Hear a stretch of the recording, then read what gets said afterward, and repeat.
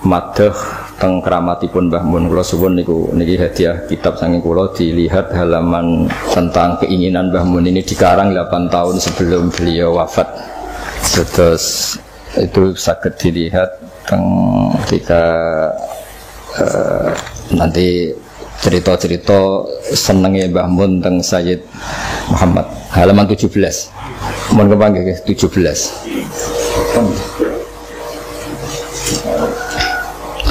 Sudah ketemu ya. Ini perlu dicatat bahwa Mbah Mun ketemu terakhir Sayyid Muhammad niku 1422 sama 23. Kalau wasif Bismillahirrahmanirrahim. Beliau cerita pokoknya ini 8 tahun sebelum Mbah Mun wafat. Beliau saat itu sudah menulis hadhihi at-tausiyat allati kanat mafkharatan azimah li. Asal Maulal Karim aisma'a nafsi ma'a hamalatil ilmi min ulama'i hadil ummah wa bil akhas ulama'i ahlil bait. Alladzina khassahum bi khassa'isa la ya'lamu azamataha illallah taala. Jadi harapan besar beliau akan dibersamakan, dikumpulkan dengan hamalatil ilm. Dan beliau khususnya memuji ulama ahlil bait. Dan setelah 8 tahun itu beliau wafat dan ditakdir dimakamkan dekat Abu Yazid Muhammad. Jadi ini keinginan-keinginan Mbah Mun yang ditulis dan dikabulkan Allah secara zahiran wa batinan. Jadi secara batin tentu beliau secara maknawi andaikan dimakamkan di sarang pun beliau pasti ma'alladzina an'ama Allahu 'alaihim minan nabiyina wasiddiqina wasyuhada'i sholihin. Tapi beliau juga dituruti secara zahir juga, yaitu dekat Sayyid Muhammad dan keluarga besar Abu Ya Al-Maliki. Karena beliau ngendikan ayat ma'a nafsi. Nafsi itu lebih ke fisik. Jadi sebetulnya kita sudah yakin secara roh itu pasti al-arwah junudun majannada, tapi beliau juga dikumpulkan secara fisik. Nah, ngukur mahabbah beliau kepada Abu Yazid Muhammad Al-Maliki, saya beri contoh beberapa halaman, saya nanti memberi minimal 3 halaman ya. Betapa beliau akhir-akhir itu harfan bi harfin, kodaman bi kodamin, sama sekali enggak dirubah takbir yang dari Sayyid Muhammad. Ini sama lihat halaman 21 ya. Halaman 21 yang mulai wa ukhilul mujaz.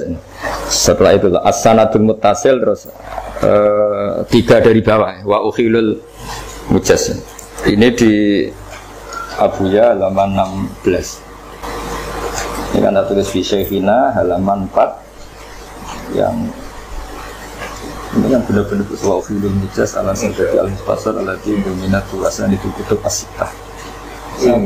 Iya, sama sekali tidak ada yang dulu.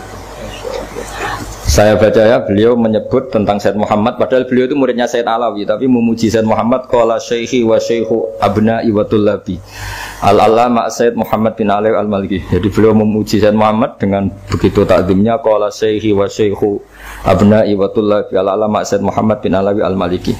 Beliau ketika cerita sanad wa ukhilul mujaz, artinya ukhilu itu diikhalahkan, saya tidak perlu nulis sanad lagi karena sanad itu untuk al-mujaz, bacanya al-mujaz karena dari fi'il madhi ajazah. Jadi mujaz itu yang dikasih apa? Ijazah ala sabati al-mukhtasar alladhi dominatu asanitul kutub as-sittah. Nah, ini terus bisa dilihat lagi jenengan di halaman berapa itu? 22. Di Sayyid Muhammad ini sekaligus disaksikan Gus Azaim di Sayyid Muhammad halaman 36. Ini mulai wa ukhiluhu fi tafsilil asanid alal kutub. Yang wa ukhiluhu fi tafsilil asanid alal kutub al-musannafah. Iya dzal-bab wa ya kutubul faris wal asbab. Sama sekali enggak ada yang tulis. Terus wa khusu bi dzikri minha asyaruha fi hadhihi maqam. Khusu bi dzikri minha asyaruha fi hadhihi maqam. Jadi saya sangat hati-hatinya di sini di syekhina halaman ini. Kemudian ini kan yang kita sudah saat ini Al-Ikhtisari dalam masjid. Itu semuanya harfan bi harfin. Jadi enggak intah kita sarroh atau bimak sampai muka. Terus ini cerita ya mahabbahnya seorang Mbah Maimun, guru kita semua kepada Sayyid Muhammad, sampai beliau yang biasa bahasa Arab fusha dan menukil bil makna atau bit tasarruf, tapi kalau sudah dengan kitabnya Sayyid Muhammad semuanya itu intaha bi hurufi, satu huruf pun enggak ada yang dirubah. Jadi ini agak unik.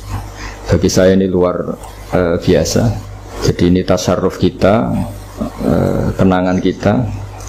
Terus yang terakhir, saya kemarin belajar Ad-Da'watut Tamah karena beliau ngendikan di Al-Iqdul Farid wa nakhtimu hadil wasiyah sampai seterusnya wa in arada ma'rifatat tariq al-khassa wal adab al-masyru'ah falzam mutala ad-da'wat tamah wa la yaktasiru ala sartiha biqasdi tabarruk kama yaqulun. Jadi di antara pesannya Said Muhammad enggak boleh ngaji khataman kilatan kalau di sini. Wa la yaktasiru ala sartiha biqasdi tabarruk kama yaqulun. Walakin yaj'alu ammahu fahman wa tafhiman. Fatil kabarakatuha al-haqiqiyah idza taronat bil amal. Jadi beliau berpendapat nek niat ngaji nganti faham dan memahamkan orang lain.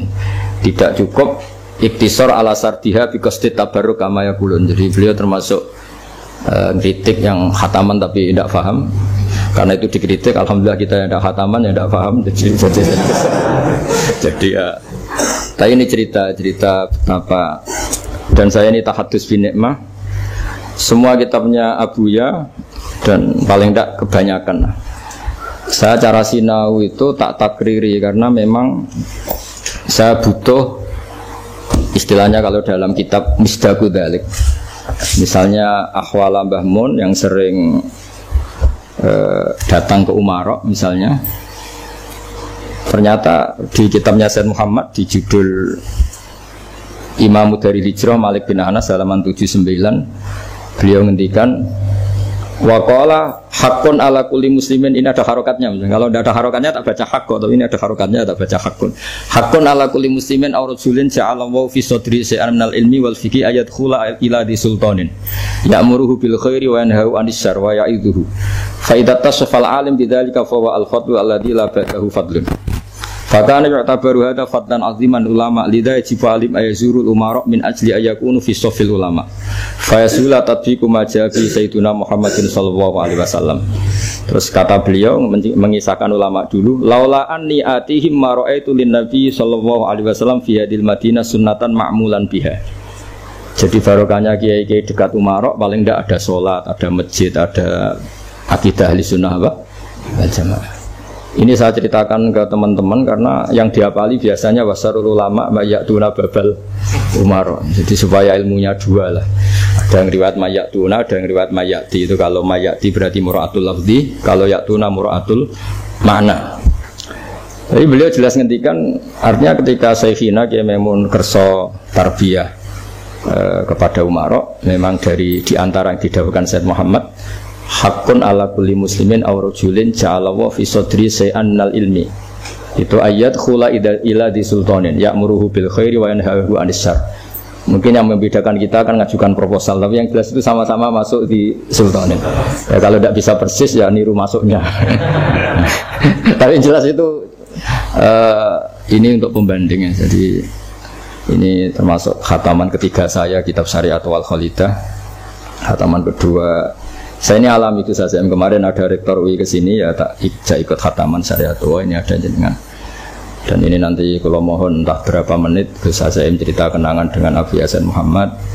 Yang jelas kita yang tidak mubasyarah, tidak talaki itu faham karena beliau mengarang dengan al-lughatil fusha dan kita nyaman. Saya tidak pernah iskal baca kitab beliau karena saya pernah baca Syariat wal Khalidah khatam, Qawaid Asasiyah, terus Malik Imami dari Hijrah, terus Fahmun Nusus, Manhaj Salaf fi Fahmin Nusus. Banyaklah kitab beliau yang saya baca dan semuanya itu nyaman, enak, jadi enggak ada masalah. Dan ini bukan madhah saya tapi madhah betapa beliau punya keahlian manhaj yang bisa tafhim, punya kemampuan ibanah seperti abahnya punya kitab Ibanatul Ahkam. Nanti kalau suwun doa dening Nggih Mansur. Monggo Gus. Assalamualaikum warahmatullahi wabarakatuh. Imtisalan bi amri, saya melaksanakan permintaan. Tadi beliau juga sudah ngasih warning ya. Ad-dhaif kal majid katanya. Waduh gak iso ngopo-opo iki. Kudu nggih nderek mawon. Kenangan kami, saya katakan kami karena ada satu angkatan yang cukup unik. Satu tuf'ah, satu gelombang tabaqat yang hidup di dua era peralihan antara zaman Abu Yazid Muhammad Al-Maliki dan khalifah beliau Sayyid Ahmad Al-Maliki, termasuk Gus Idrar yang kemudian dipanggil Maimun oleh Abuya itu ka'annahu isyarah ya, yang bakal menempati kesepuhan ya, Kirangan, dan beberapa gawakis putra-putra yai lainnya yang seangkatan kami waktu itu. Dan hari ini terbukti bahwa kami hidup di masa peralihan. Gus Idror juga pulang di masa peralihan. Semua mengalami hal yang secara tarbiyah ruhani kami merasakan bahwa itu bukan suatu kebetulan, memang rencana by design, bahwa Lauhul Mahfuz sudah skenario-nya begitu. Subhanallah. Entah apa yang Allah hendikan dalam catatan rahasia itu, tapi kita sedang menjalaninya, peran-peran tugas kemanusiaan ini. Hingga kaping kali bahwa setahun bersama Abuya Sayyid Muhammad Maliki ini sangat mahal, jauh melampaui dunia akademik, kemudian mungkin pondok salaf yang harus memahami suatu kitab dalam kurun waktu yang ditempuh cukup lama. Tapi mahal sekali. Setiap nafas beliau, setiap gerak-gerik ilmu semuanya. Apa yang kami rasakan hari ini marojiknya yang selama setahun itu luar biasa. Termasuk yang paling menjadi kenangan ya, iskal kami selama di berbagai pondok pesantren. Kita kan di pondok salaf itu rata-rata ya zahid, kiainya sebegitu, kemudian menghindari hal-hal yang berbau materialisme dan semacamnya. Kadang kita iskal ketika Romo Yai kok punya mobil bagus kan gitu, Romo Yai kok rehab rumahnya kok wah ini. Tapi begitu melihat Abuya Sayyid Muhammad Maliki, kejawab semua. Dan ternyata beliau sudah menjawab di kitab Malik bin Anas, Imam Darul Hijrah. Jadi profil beliau ada pada Sayyid Muhammad Al-Maliki. Bagaimana kiai itu harus kaya, bukan untuk menunjukkan kesombongannya, tapi untuk menunjukkan manil ghariyul haq yang Allah berikan kepada al-abd. Jadi ketika harta yang soleh ada pada orang yang soleh, ini kan berarti kesolehan double kan begitu. Itu yang hari ini perlu menjadi jawaban. Saya sepakat dengan Gus Baha ketika kita harus mempromosikan kiai kudu sugih ini ya. Tapi yang dimaksud adalah harta yang soleh ada pada tangan orang yang soleh kan begitu. Di mana fenomenanya ya, ketika hari ini ngapunten, dunia pesantren sudah sangat menjadi tertarik di kancah nasional, dipolitisir dengan segala kepentingan dan suaranya. Maka dunia ahlul bait pondok pesantren, gus-gus ini objek yang sangat menarik untuk menjadi sasaran materialisme itu. Tetapi ketika kita sudah sugih mana, sudah kaya hati, ghinan nafsi, ini yang luar biasa. Maka kekayaan fisik ini hanyalah menjadi sarana untuk penguatan dakwah. Ini yang kedua. Jadi semua kejawab. Bagaimana pakaian beliau yang super mahal untuk ta'lim. Kemudian bagaimana keseharian beliau yang tidak dilihat orang lain, sederhana.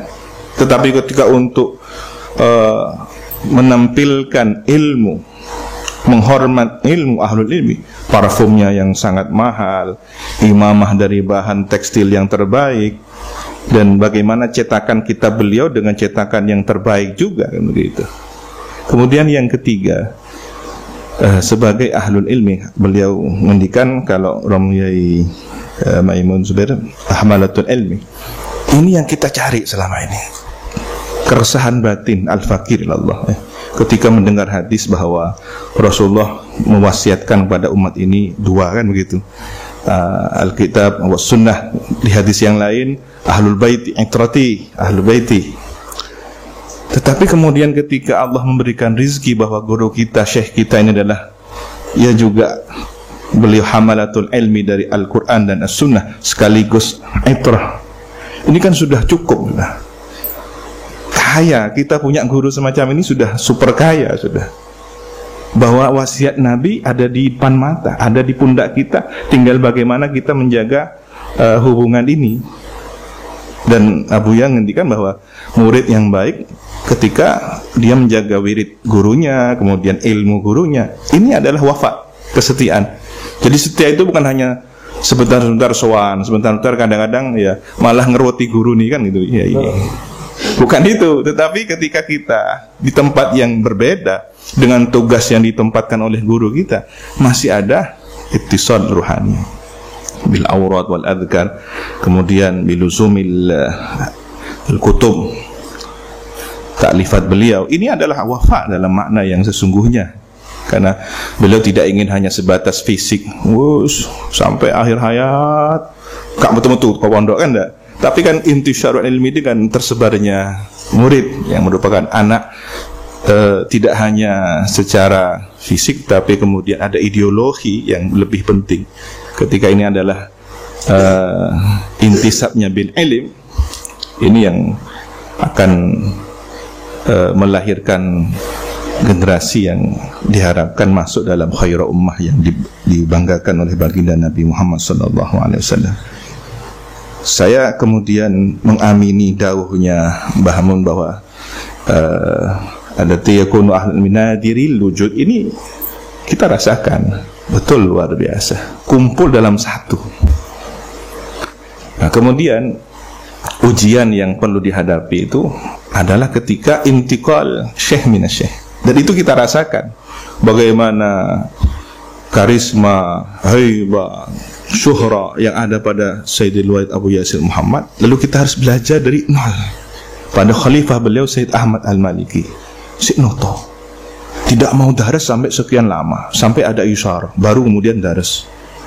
Kemudian dari tahapan yang paling awal, setiap mau taklim syarat, sekarang tanpa seratan langsung waridat mu'alir. Kita diajari 6 tahun bagaimana beliau di 6 tahun pertama itu luar biasa. Dan kuncinya satu, istaqim kama umirt. Ini sudah pokoknya mustaqim dah. Orang mau bahas apa, mau komentar bagaimana, jalan saya di sini, tugas saya di sini, wis kenceng. Jadi kalau ada istilah anjing menggonggong kafilah berlalu, is bener ya guys. Jano jangan wis menggonggong kan. Kita harus jadi kafilah yang menjadi musafir yang sampai ke tujuan. Kalau tidak, kita akan tolah-toleh dan tidak pernah sampai kepada tujuan.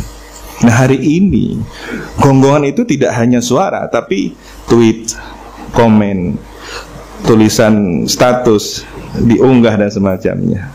Nah, ini yang mungkin kita pahami dalam medan pertempuran yang berbeda. Jadi jihad hari ini justru adalah ketika hujjah bil hujjah, kemudian alkitab bil kitab, tidak hanya akal dan apa yang keluar dari akal itu sendiri, karena akal ini khidmah untuk alkitab. Nah, ini yang kita hadapi hari ini.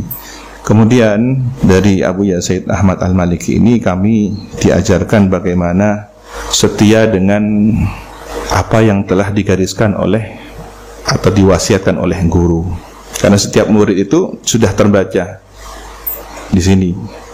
Ini yang Al-Fakir Allah fahami ketika Kanjeng Nabi itu disebut oleh diri beliau sendiri, ana al-labinah, kan begitu, saya labinah. Kenapa istilah itu? Terus itu yang beri foto ya. Dan dalam kenyataannya ketika rehab Ka'bah yang kemudian jadi rujukan referensinya Qabail itu, Ru'asaul Qabail yang nyaris berpecah belah, nyaris sudah tawuran, tapi yang kemudian menjadi solusi siapa? Tanpa rekayasa, orang yang pertama kali masuk Masjidil Haram adalah Kanjeng Nabi, langsung hadal amin, rodi itu. Karena begitu semua pada teriak, saya rela kalau ini yang jadi penentu. Dan cerdasnya Kanjeng Nabi luar biasa. Selendang diambil dari mereka atau dari Nabi, kemudian ditebarkan, masing-masing Ru'asaul Qabail memegang, ikut andil, merasakan ikut andil semua. Lalu Hajar Aswad itu diletakkan di tengah-tengah. Begitu sudah akan digeser untuk diletakkan ke tempat asalnya, siapa penentunya? Kan tidak mungkin hanya satu orang, tangan yang mulia. Beliau adalah Hajar Aswad yang secara maknawi. Jadi Hajar Aswad yang sesungguhnya adalah simbol Nabi yang dulu adalah yakut abyad bal abyad minal laban, kan gitu. Tetapi karena dosanya manusia kemudian terserap menjadi hitam. Ka'anhu isyarah bahwa syafa'atul udma nanti adalah Kanjeng Nabi yang akan menyerap ahlul kabair min hadhil ummah. Ini isyarah yang luar biasa. Maka ketika al ulama warathatul anbiya harus punya karakter al-labinah ini. Batu bata. Jadi kita jadi bata. Kalau enggak jadi batanya, sekian atom dari satuan massa molekul yang ada di bata itu. Istilahnya kolektif lah. Kalau kita nggak bisa jadi satu bata itu ya, monggo urun rembuk ya. Istilahnya sama-sama memikul beban yang sama. Bagaimana amanah ini bisa dilaksanakan bersama-sama. Ini yang hari ini kita sangat miskin, sangat kering. Bagaimana dulu para sepuh kita ada musyawarah, ada urun rembuk, ada silatul arham, ada sering diskusi dan seterusnya. Hari ini seolah-olah kita hanya dipertemukan oleh para buzzer dengan segala kepentingannya, yang tidak pernah duduk satu majelis tiba-tiba gandengan di YouTube atau di FB kayak kita debat padahal nggak pernah debat kan gitu. Ini yang kita rasakan hari ini. Kapan silaturahimnya? Ya mudah-mudahan berkah al-wafa' ma'al kutub sahibul kutub alif kutub. Ini yang kita harapkan berkahnya. Dan paling akhir, saya beberapa waktu yang lalu kemarin sowan kepada duriahnya Mbah Ridwan yang ngerancang lambang NU. Nah niku ndawe bahwa sosok Mbah Yai As'ad di zaman ini ya Mbah Mun kan gitu. Kalau tadi kemudian saya merasakan bahwa Gus Ba ini melani syekhnya kan gitu. Orang pada ngendikan, wah ini kok kiai datang umarok ya apa sih? Itu yang kami rasakan. Mbah Yai As'ad itu kok kemudian datang ketemu dan orang. Beliau jawab, saya kalau bukan urusan perjuangan saya tidak akan datang. Biar mereka yang datang kepada saya. Tapi kalau demi NU, karena perjuangan beliau tutupi dengan bahasa NU, nggak seperti orang sekarang syirik-syirik Allahu Akbar, kalau melani Islam ini. Kalau orang katanya Mbah Mun ya, ini wong iku alim, sufi, orang bakalan sulatan menggunjungi Nabi. Dia akan mengedepankan, tidak akan persis langsung bawa Nabi atau simbol Nabi, enggak. Tapi akan ada di belakangnya. Itulah rahasia Nahdlatul Ulama, kenapa dotnya pas ngelingkari bumi kan gitu ya. Nabi kan yang anak afsahu man nataqa bid-dhahr. Jadi Kanjeng Nabi sudah, jangan yang lainnya. Al ulamanya di sebelahnya, Nahdlahnya di sebelahnya, tapi dotnya tengah-tengah. Itu adab. Maka orang berjuang di NU itu ojo ngendelno ilmu ini, ojo ngendelno strategi dan harta serta popularitas, tapi akhlak. Ini yang akan diterima oleh para masyayikh kita. Ini akan membuat bangga muassis jamiah kita. Kemudian apa dawuhnya dzurriyyah Mbah Ridwan itu? Ya tadi ketika simbol sosok Mbah As'ad itu ada pada Mbah Mun, ya. Mbah As'ad begitu. Ketika datang ke menteri siapa zaman Orba waktu itu dengan segala situasinya, sampai ada rumusan khitoh dan penerimaan asas tunggal Pancasila, itu kan luar biasa. Ternyata jawaban beliau, dong kalau masuk ke rumahnya Umarok jangan pakai kaki kanan katanya. Pakai kaki kiri. Saya mikir, ya Allah, iya. Yang ngono tak tambahin. Allahumma inna a'udzubika minal khubuthi wal khaba'ith. Sing paham wis, jangan paham, sing enggak paham wis. Nah ini kan kecerdasan di atas rata-rata. Jadi selamat, zahirnya selamat, batinnya selamat. Nah, ditutupi dot itu tadi. Moga-moga kita termasuk orang-orang yang selamat. Ngapunten niki saged kula sampeyan. Itulah kenangan. Ternyata semua terjawab seiring waktu. Apa yang kita iskal, jangan sampai su'ul adab kepada guru kita, orang-orang yang saleh, orang-orang yang ahlul ilmi, hamalatul ilmi. Jangan-jangan hanya persoalan waktu. Turung ya kan gitu. Jawabannya nanti. Dan itu terjadi yang kami rasakan. Yang kami rasakan begitu. Paling akhir ketika ada seorang non-muslim menyerahkan hasil uang judi ke Mbah As'ad, ya ini terima kasih ya gitu. Ternyata kemarin dia itu waktu minta nomeran, waktu itu kan ada istilahnya SDSB atau apa? Tokel nggak lagi istilah lagi, SDSB forecast. Ya. Nah, Mbah As'ad marah. Wah, minta nomoran sama kiai. Marah sudah. Ternyata marahnya Mbak Asad itu ada hitung-hitungannya. Tadi nomoran. Iya. Jadi hati-hati kalau Gus Baha itu ceramah, yang nempo itu macam-macam kan gitu ya. Kalau sing nempo nggih santri, alhamdulillah aman ini. Tapi kalau tukang togel ini, opo ini? Dihitung. Nah itu nomor plat nomornya ya itu dihitung. Nah ini dasar memang sudah orientasinya nomor ya. Togel ini. SDSP Porkas. Jadi marahnya Mbak Said dikasih. Dan besoknya langsung dapat banyak.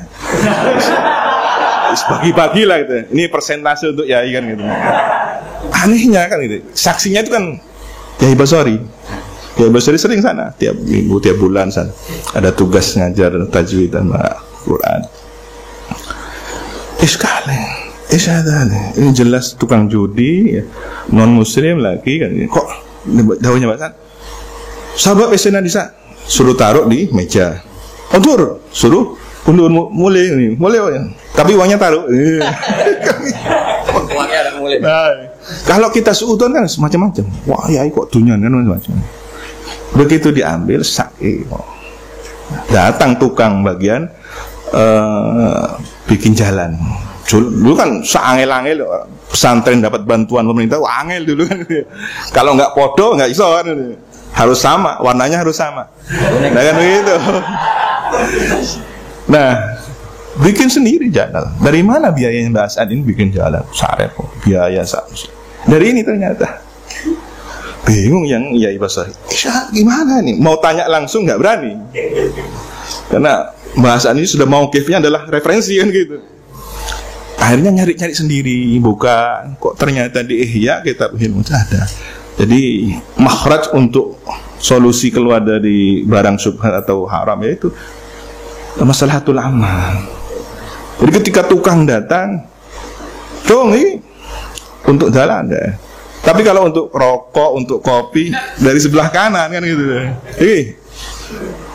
Kopi, nasi. Ya. Tapi yang untuk jadi asmal, jadi umum, jadi apa itu dari kiri.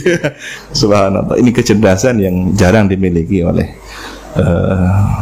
orang-orang yang hidup di zaman ini, orang-orang wara yang kemudian dibimbing oleh Allah Subhanahu wa taala. Ya mudah-mudahan kita ada di jalur beliau bersama beliau sehingga apa yang kita doakan tiap hari, ihdinas siratal mustaqim, siratal ladzina an'amta 'alaihim. Ya ini para nabi kita enggak nututi, syuhada was tinggi. Syuhada ya. Tapi yang salihin ini ada di depan mata kita. Kita hidup dengan beliau-beliau ini. Maka hargai kesempatan Mas ini. Ngapunten, an afa minkum ihdinas siratal mustaqim. Wassalamualaikum warahmatullahi wabarakatuh.